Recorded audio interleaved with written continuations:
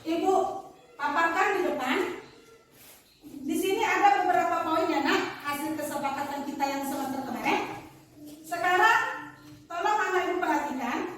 Yang pertama yaitu jujur dalam berbicara. Yang kedua, saling menghargai dan berlaku sopan. Yang ketiga, mengumpulkan tugas dengan tepat waktu. Yang keempat, menjaga kebersihan. Yang kelima, piket kelas sesuai dengan jadwal. Yang keenam, membayar iuran kas kelas. Yang ketujuh, ramah dan sopan. Yang kedelapan, saling peduli dan berbagi. Dan yang kesembilan, tertib dan disiplin. Nah, di sini untuk penguatan keyakinan kelas baru untuk semester 2, manakah nantinya anak ibu dari keyakinan kelas kita yang lama, mana tahu anak ibu mempunyai ide ataupun pendapat selain yang dipaparkan di depan. Nanti anak ibu dapat menuliskan di stiker note yang ibu bagi ini. Bagaimana menurut anak ibu sekarang ini? Boleh anak ibu catatkan nanti masing-masing, baru anak ibu tempelkan ke depan. Paham? Paham maksud ibu? Nah, jadi anak ibu nanti menuliskan pendapatnya masing-masing di kertas dan membagikan. Ya nak? Silakan yang mana yang pasangan ibu sesuai dengan kelas kita. Yang tadi kalau sudah siap mencatatnya, silakan anak ibu menempelkannya ke depan ya. Ayo, kalau yang sudah, ibu silakan untuk menempelkan pendapatnya. Apa yang anak ibu tuliskan? Ayo, nah pintar. Silakan. Silakan ya. Oh, pintar.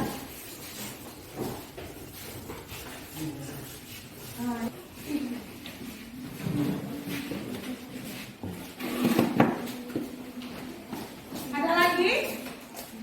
Ada lagi? Ada lagi? Ya. Siapa yang dapat membantu ibu untuk membacakan keyakinan kelas yang dibikin atau yang dibuat oleh kawan-kawan kamu? Kalau siapa yang dapat membantu ibu ke depan untuk membacakannya, nanti ibu pandu. Siapa? Ayo, Zahra, silakan nak. Iya. Coba. Keyakinan yang pertama yaitu tertib dan disiplin. Selanjutnya, Jujur dalam berbicara, ramah dan sopan santun, berperilaku ramah dan sopan. Yang kedua itu ramah dan sopan, jujur dalam berbicara, Iya. menghargai dan berperilaku sopan. Iya. Saling peduli dan berbagi, ramah dan sopan, saling menghargai dan berperilaku sopan. Jujur dalam berbicara, saling peduli dan berbagi. iya. Terima kasih Zahra. Nah, pendapat yang anak ibu buat di sini ada yang sama ya nak. Nah, untuk itu ibu kelompok-kelompokkan mana yang harus kita pakai untuk keyakinan kelas kita. Ya. Di sini ibu ulangi, tertib dan disiplin. Ini tertib dan disiplin. Berarti ada berapa buah tertib dan disiplinnya? 1 ya, tertib dan disiplin. Yang kedua, jujur dalam berbicara. Berarti jujur dalam berbicara. Ini juga jujur dalam berbicara. Ya, kita ibu kelompokkan ya. Jadi kita tahu nanti yang mana yang kita pakai untuk keyakinan kelas kita. Ya nak? Terus ramah dan sopan. Keyakinan kelas kita di sini ada yang pertama tertib dan disiplin. Yang kedua ramah dan sopan. Yang ketiga jujur dalam berbicara. Yang keempat saling menghargai dan berperilaku sopan. Dan yang kelima saling peduli dan berbagi. Berarti ada berapa?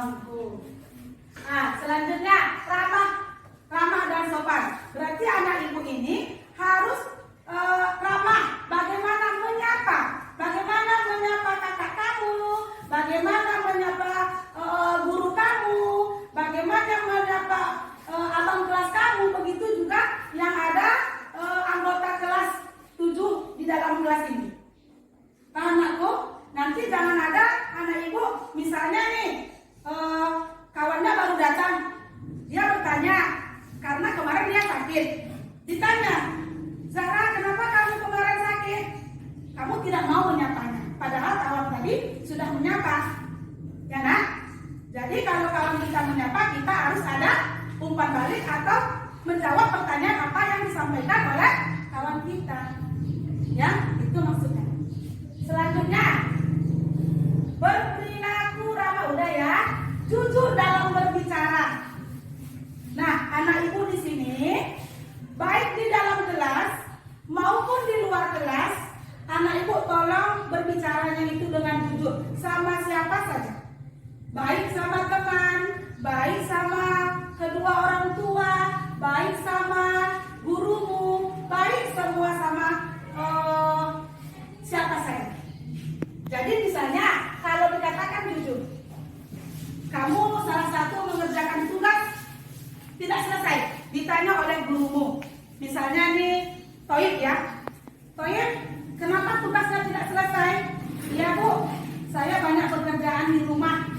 Padahal Toib tadi adalah main-main. Karena Toib tidak sempat mengerjakan tugasnya, sehingga dia banyak tugas. Nah, jadi apa yang kamu ucapkan itu, ibu harapkan itu berkatalah dengan yang jujur. Ya nak? Nah itu maksudnya. Yang ibu sampaikan di sini paham anak ibu? Mulai dari tertib dan disiplin tadi, terus ramah, yang ketiga jujur. Yang ibu sampaikan tadi, pahamkah anak ibu yang ibu sampaikan di sini? Paham. Kalau tidak paham, tanyakan. Paham? Paham. Paham ya nak? Jujur berarti. Selanjutnya, saling menghargai dan berperilaku sopan. Nah, yang dikatakan menghargai ini kita harus sama-sama saling menghargai. Nah, maksud yang dikatakan saling menghargai kita di sini, misalnya nih, kawan kamu kalau berbicara mengeluarkan pendapat nih, kamu harus menghargai apa yang disampaikan oleh kawan kamu. Jangan langsung kamu marah, langsung kamu emosi. Kamu cerna dulu apa yang disampaikan oleh kawan kamu tadi. Kamu hargai dulu pendapatnya, baru kamu menyampaikan pendapatnya. Ya. Selanjutnya, saling peduli dan berbagi. Nah, kalau yang dikatakan saling peduli dan berbagi di sini, misalnya, kalau teman kamu ketika mengerjakan tugas, dia tidak memiliki pena dan buku. Alangkah baiknya anak ibu memberikan pinjaman pena dan buku. Berarti anak ibu peduli dan dikatakan berbagi. Kamu punya pena 2, sementara kawan kamu tidak memiliki pena. Kamu disampaikannya, pinjam penanya teman. Kamu bilang tidak ada. Kelas kita untuk semester 2 ini ada 5. Yang pertama tadi tertib dan disiplin. Ayo sebutkan bersama. Coba. Yang pertama tertib dan disiplin.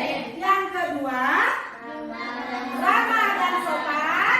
Dan yang ketiga jujur dalam berbicara. Yang keempat saling menghargai dan berlaku sopan.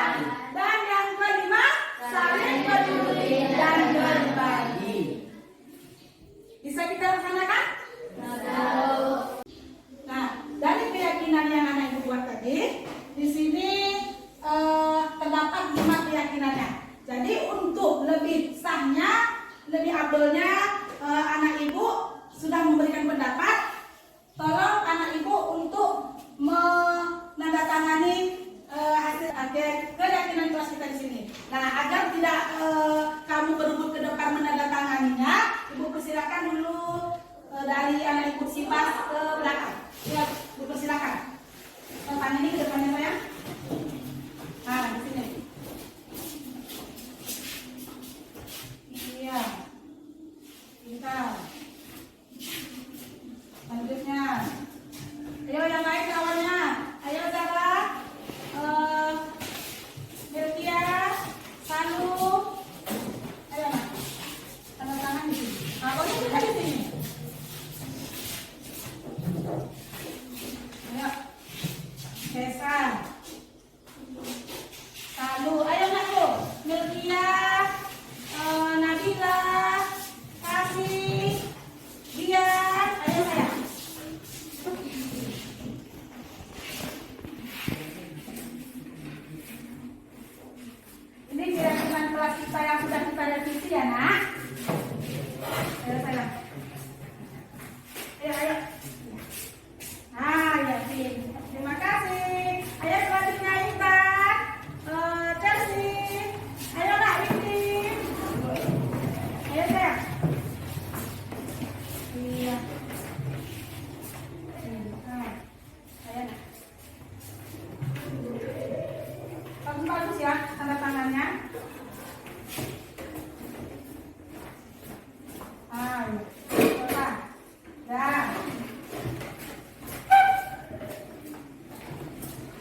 Sudah? Terima kasih kepada Anak Ibu ya yang telah memberikan pendapatnya untuk keyakinan kelas kita yang akan dipakai nantinya untuk semester 2 ya.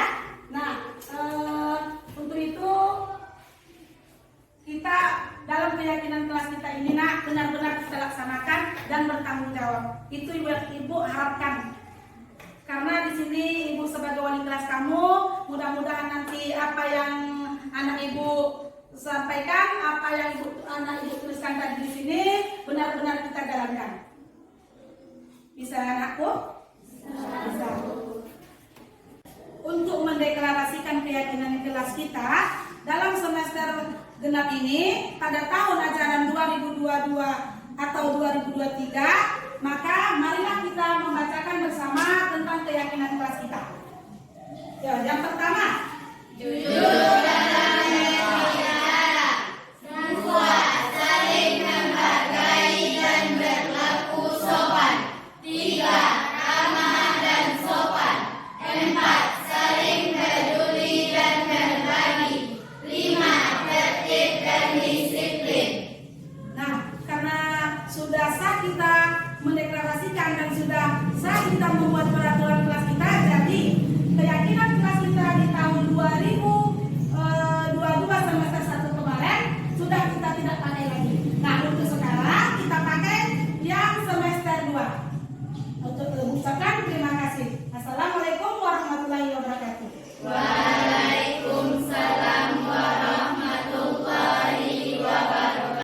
Assalamualaikum warahmatullahi wabarakatuh. Waalaikumsalam warahmatullahi wabarakatuh. Puji syukur kita ucapkan kehadirat Allah Subhanahu wa taala, berkat rahmat dan karunia-Nya kita dapat berkumpul di sekolah yang kita cintai ini. Selawat beserta salam kita hadirkan kepada Nabi Muhammad SAW yang telah membawa kita dari alam kebodohan ke alam yang berilmu pengetahuan seperti yang kita rasakan saat ini. Yang sama-sama kita hormati Kepala SMP Negeri 43 Situnjung, seterusnya rekan-rekan Majelis Guru SMP Negeri 43 Situnjung yang saya banggakan. Terima kasih kepada rekan-rekan dan kepala sekolah yang telah membantu dan mendukung saya untuk berdiri di sini dan menyampaikan aksi nyata disiplinasi modul 1.4 yaitu budaya positif sebagai salah satu tugas saya di angkatan 7 Kabupaten Situnjung. Nah, di sini ada pertanyaan pemantik terbagi menjadi 3, yaitu nantinya ada setuju dan tidak setuju. Yang pertama yaitu hukuman dapat mendisiplinkan anak. Termasuk kemanakah nanti pertanyaan jawabannya tersebut? Setujukah atau tidak setujukah? Yang kedua, pemberian hukuman dengan hal positif seperti membaca atau membersihkan halaman sekolah dapat meningkatkan disiplin anak. Dan yang ketiga, memberi penghargaan dapat meningkatkan motivasi belajar anak.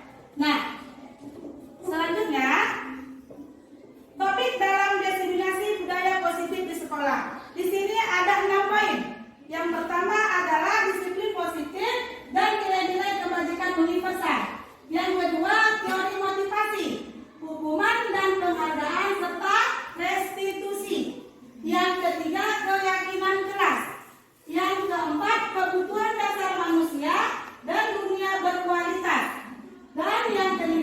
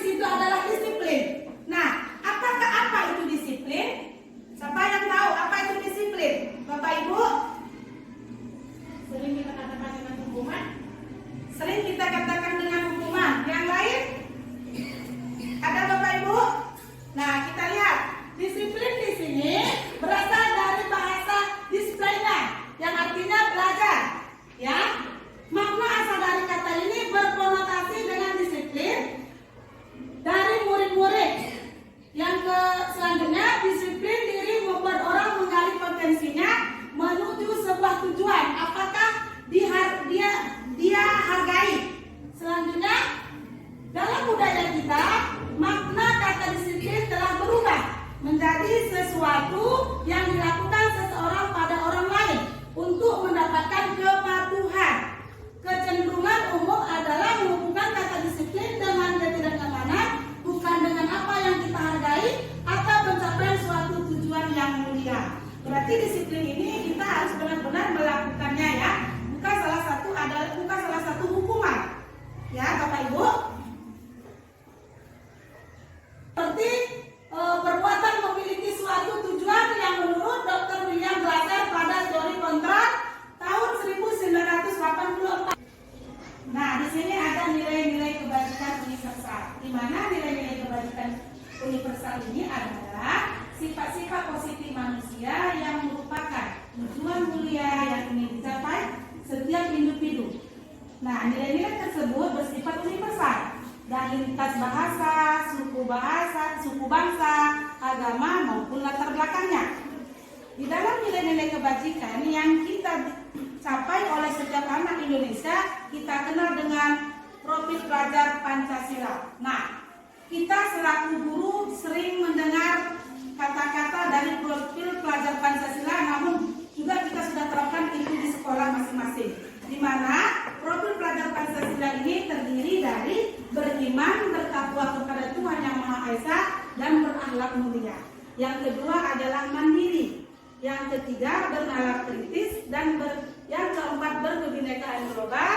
Yang kelima bergotong royong, serta yang keenam adalah kreatif. Baiklah, apakah ibu-ibu dan bapak-bapak sudah paham tentang materi yang saya sampaikan tadi? Alhamdulillah.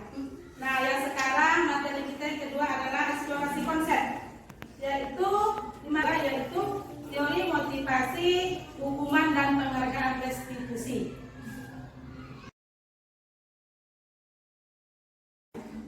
Di sini ada teori motivasi perilaku manusia, ada dari motivasi eksternal dan ada motivasi internal. Di mana motivasi eksternal menurut Bapak Alif Pon tahun 1993. Di sini ada penghargaan menghukum. Nah, biasanya ibu-ibu atau bapak-bapak melakukan kepada peserta didik kalau misalnya kita menyuruh dia berdiri di luar kelas, atau kita masukkan dia ke dalam sebuah sanksi. Kamu harus membersihkan WC. Hal itu termasuk hukuman. Selanjutnya, penghargaan mengurangi ketepatan untuk mengerjakan sesuatu kegiatan, namun kita berikan dia itu hadiah. Jadi kalau kita tidak memberikan hadiah, dia peserta didik tadi tidak mau melakukan apa yang kita berikan tadi. Nah, jadi untuk penghargaan menurunkan kualitas ini, kalau kita tidak berikan hadiah atau reward, dia tidak mau mengerjakan apa yang kita suruh. Ya, seperti itu ya Bapak Ibu. Paham maksud apa yang saya sampaikan? Hukuman ataupun konsekuensinya. Yang pertama yaitu mencatat 100 kali di buku kalimat, saya tidak akan terlambat lagi karena terlambat ke sekolah. Nah, menurut Bapak Ibu, apakah itu termasuk hukuman atau konsekuensi? Hukuman. Nah, selanjutnya nomor 4, menggantikan kertas tugas teman yang telah dicoret-coret. Termasuk apakah itu? Hukuman atau konsekuensi? Konsekuensi. Nah, selanjutnya nomor 5, membersihkan tumpahan air di meja tulis karena tersenggol pada saat belajar. Bagaimana kan? Konsep. Tadi mengelilingi lapangan basket 2 kali karena terlambat 10 menit untuk pelajaran PJOK. Konsekuensi. Nah, kita lihat jawaban dari ibu-ibu dan bapak-bapak yang tadi sudah dijawab ya. Nah, inilah hasil dari jawaban ibu-ibu tadi ataupun bapak-bapak, di mana tadi kalimat yang pertama mencatat 100 kali di dalam buku kalimat, saya tidak akan terlambat lagi karena terlambat ke sekolah. Nah, tadi ada yang menyampaikan hukuman, ada yang menyampaikan konsekuensi ya Bapak Ibu. Nah, ternyata jawabannya di sini adalah hukuman ya. Nah, selanjutnya 3, murid diminta untuk push up 15 kali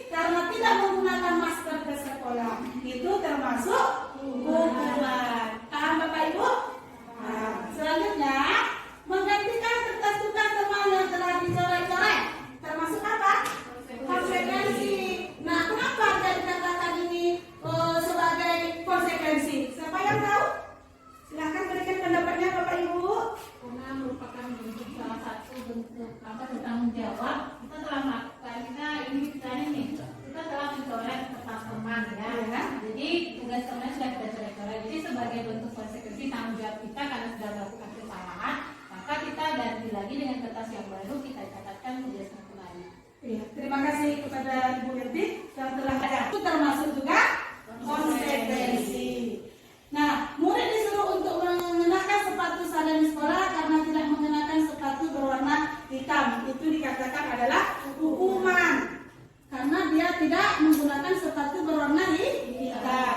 Selanjutnya, lari mengelilingi lapangan basket 2 kali karena terlambat 10 menit untuk pelajaran PJOK. Nah, siapa yang bisa? Mengapa dikatakan, siapa bisa menjawabkan mengapa dikatakan itu konsekuensi? Kayak Bu Iri? Berlari mengelilingi lapangan basket 2 kali karena dia terlambat 10 menit untuk pelajaran PJOK, itu bisa kita katakan sebagai konsekuensi karena untuk kegiatan olahraga tentu kita butuh pemanasan terlebih dahulu. Karena dia terlambat berarti dia kan belum melakukan pemanasan. Jadi dengan adanya dia disuruh lari mengelilingi lapangan berarti dia sudah melakukan pemanasan secara tidak langsung. Ya. Terima kasih Bu Uwi atas jawabannya. Jadi Bapak Ibu sudah paham perbedaan hukuman atau konsekuensi dengan kalimat tersebut yang saya paparkan?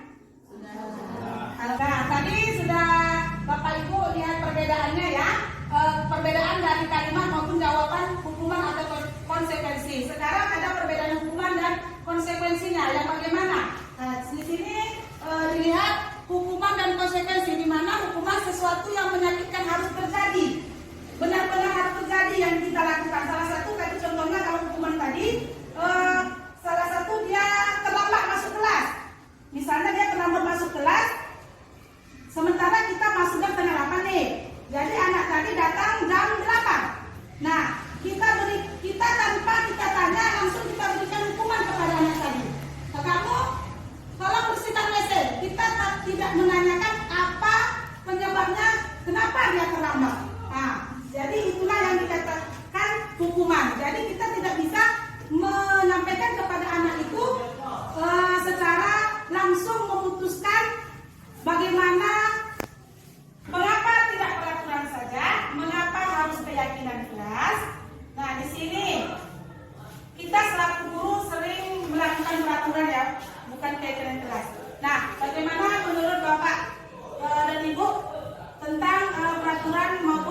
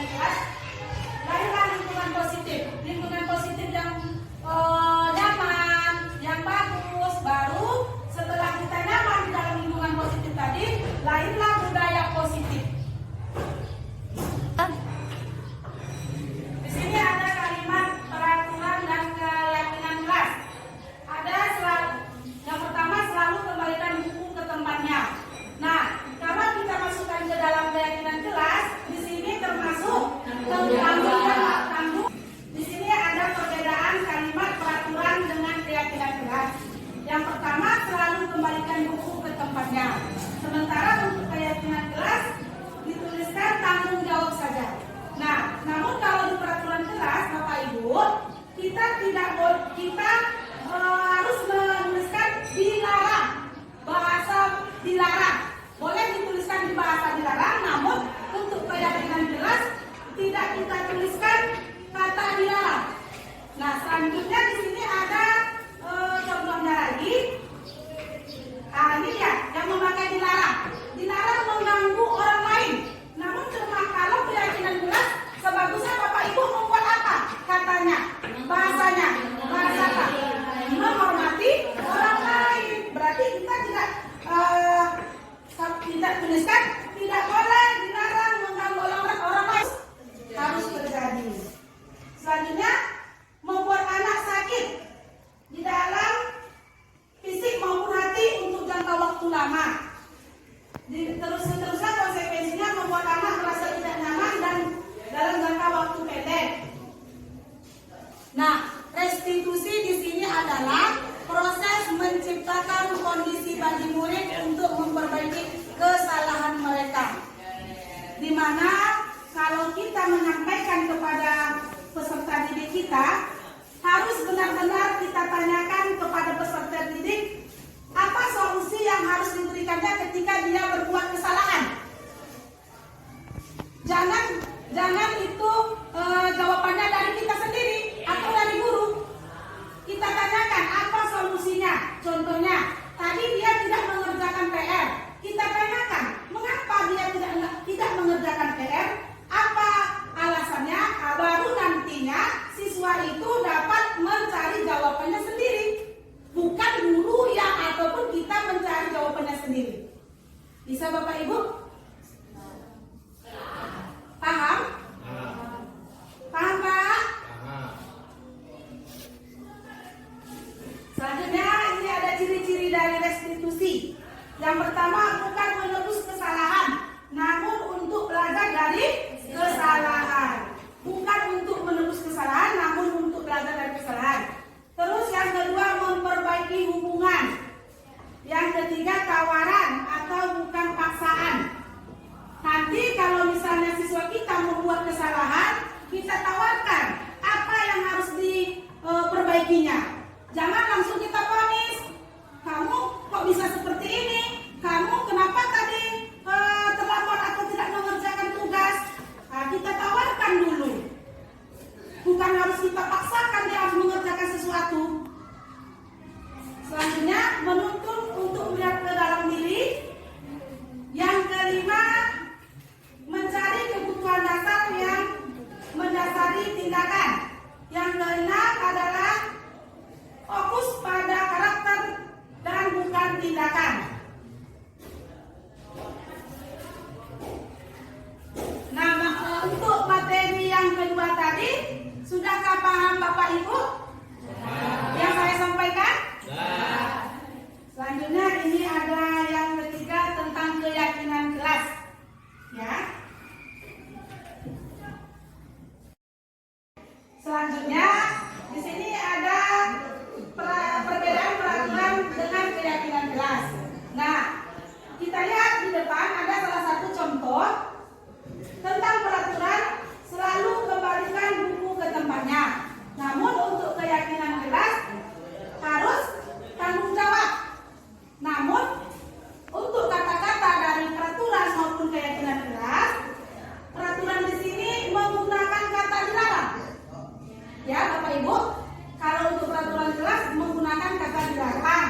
Namun untuk keyakinan kelas tidak menggunakan kata dilarang. Yang contohnya kedua, misalnya dilarang melakukan kekerasan. Kalau menurut Bapak Ibu, kalau kita membuat keyakinan kelas, bagaimana kata-katanya yang bagus yang bisa harus dimengerti oleh anak? Menghormati orang lain. Nah, itu adalah salah satu kata dari keyakinan kelas. Selanjutnya, kebutuhan dasar manusia dan dunia berkualitas. Nah, kebutuhan dasar ini terbagi menjadi 5, Bapak Ibu. Yang pertama yaitu kasih sayang dan rasa diterima oleh murid. Nah, kalau kita seorang guru, kita harus mengasihi, menyayangi, bagaimana kita harus menjalankan sebagai guru untuk mengasihi kepada anak murid tadi. Kasih sayang dan rasa diterimanya. Misalnya seperti ini, kita nanti membeda-bedakan anak murid kita, mana yang pintar, mana yang tidak mampu atau tidak bisa mengerjakan tugas. Namun kita terus mengasihi yang pintar tadi. Namun anak tadi tidak bisa menerima dalam dirinya, kok saya tidak disayang oleh guru saya ketika saya tidak bisa melakukan atau memberikan jawaban yang benar. Namun untuk itu Bapak Ibu, kita tidak boleh memberikan hal-hal yang tidak baik kepada anak murid kita tadi. Kita harus di sini harus penuh kasih sayang agar siswa ini dapat menerima bagaimana dia menerima pelajaran kita. Ya Bapak Ibu, bagaimana dia harus menerima pelajaran kita? Kita harus mendampingi, mengiringi dia. Jadi kalau anak kita sudah susah, sudah benci kepada kita, nantinya siswa ini tidak mau untuk belajar tentang materi kita, atau kepada kita pun dia tidak senang. Makanya kita harus rangkul dianya, kita sayangi dia. Ya Bapak Ibu. Nah, di sini ada 5 posisi kontrol yang sering kita lakukan oleh guru. Yang pertama tadi adalah penghukum, yang kedua adalah pembuat rasa bersalah, dan yang ketiga sebagai kawan, dan keempat sebagai pemantau, dan yang kelima sebagai manajer. Paham Bapak Ibu? Untuk lebih pahamnya lagi, saya tayangkan di sini ada videonya, kita tonton bersama. Nah, untuk penguatannya kita lihat videonya.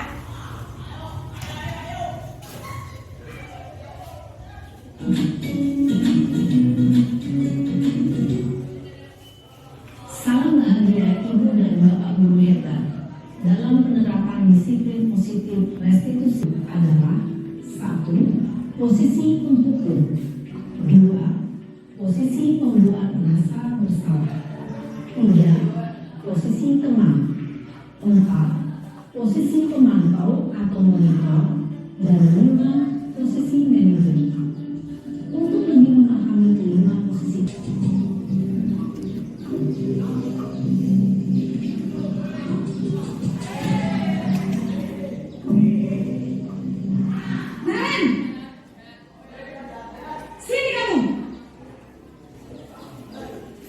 Selamat pagi Bu. Selalu terlambat. Kamu deh, pasti terlambat. Maaf Bu, saya Apa coba? Alasan kamu apa lagi? Kapan sih kamu tidak terlambat? Malah sekali. saya harus ke lapangan basket Bu. Kenapa? Kamu malah ibu. Berani-beraninya jawab. Sudah terlambat, masih berani jawab pula. Sekarang, keliling lapangan basket 5 kali sekalian. Biar kapok. Cepat.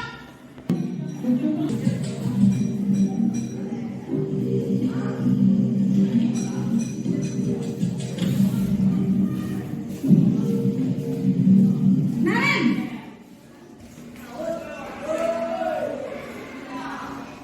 Selamat pagi Bu. Naren, kamu kenapa terlambat lagi, nak? Ya Tuhan, Naren, kamu senang ya bikin ibu susah ya? Kalau kamu terlambat lagi, nanti ibu yang ditegur bapak kepala sekolah, nak. Disangka ibu tidak bisa membina kamu. Duh, gimana ini?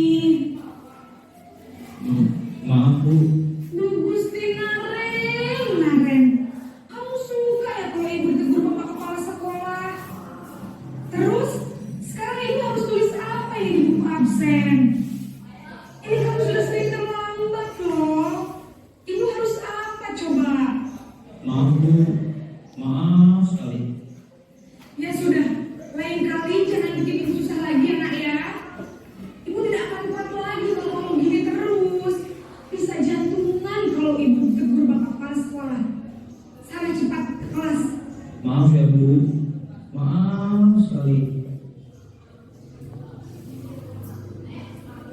Posisi pembuat rasa bersalah berbicara dengan nada tenang, cenderung lembut.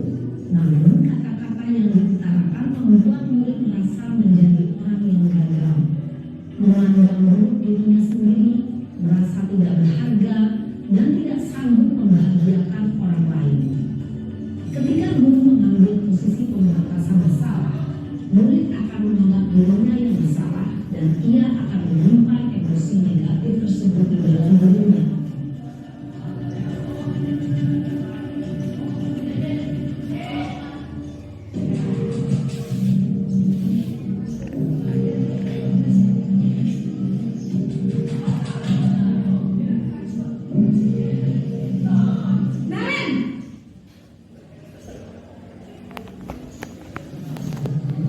Selamat pagi Bu.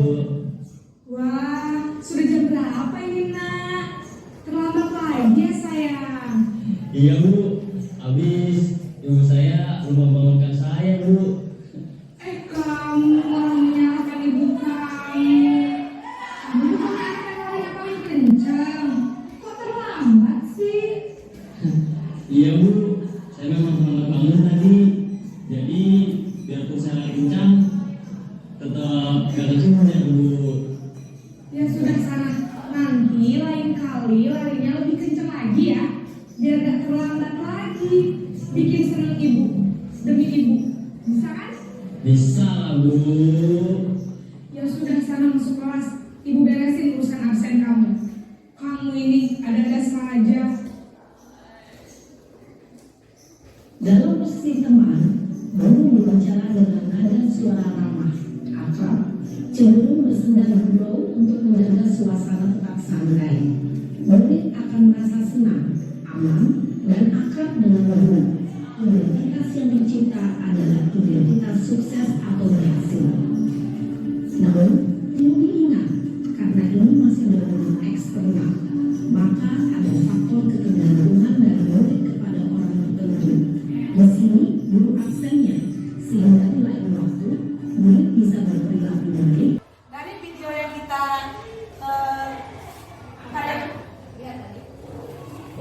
dari video yang sudah kita tonton tadi, di sini ada 5 posisi kontrol yang sering kita lakukan sebagai guru.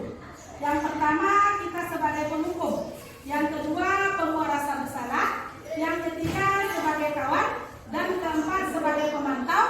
Dan kelima, sebagai manajer. Nah, menurut Bapak Ibu, kita sebagai guru, yang mana yang harus kita lakukan di antara 5 di sini? Sebagai manajer. Sebagai manajer. Paham Bapak Ibu? Berarti Bapak Ibu sudah paham ya 5 posisi kontrol tadi.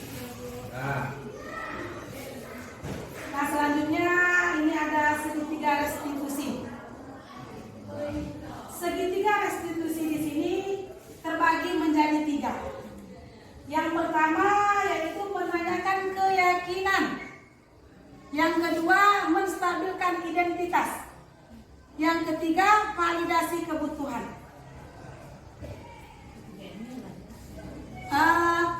Tentang menanyakan keyakinan, dari segitiga restitusi yang saya tayangkan tadi, ada pertanyaan Bapak Ibu? Kalau tidak ada, sampai di sini budaya positif saya. Akhir kata, budaya asal. Demikianlah budaya positif yang saya tetapkan dan saya bagikan kepada Bapak Ibu. Mudah-mudahan nantinya dapat kita lakukan di sekolah kita sebagaimana mestinya. Saya dari angkatan 7. Jadi saya demikianlah aksi nyata saya diseminasi modul 1.4 budaya positif. Mudah-mudahan nantinya apa yang kita dapatkan dari video tersebut dapat kita terapkan di sekolah kita.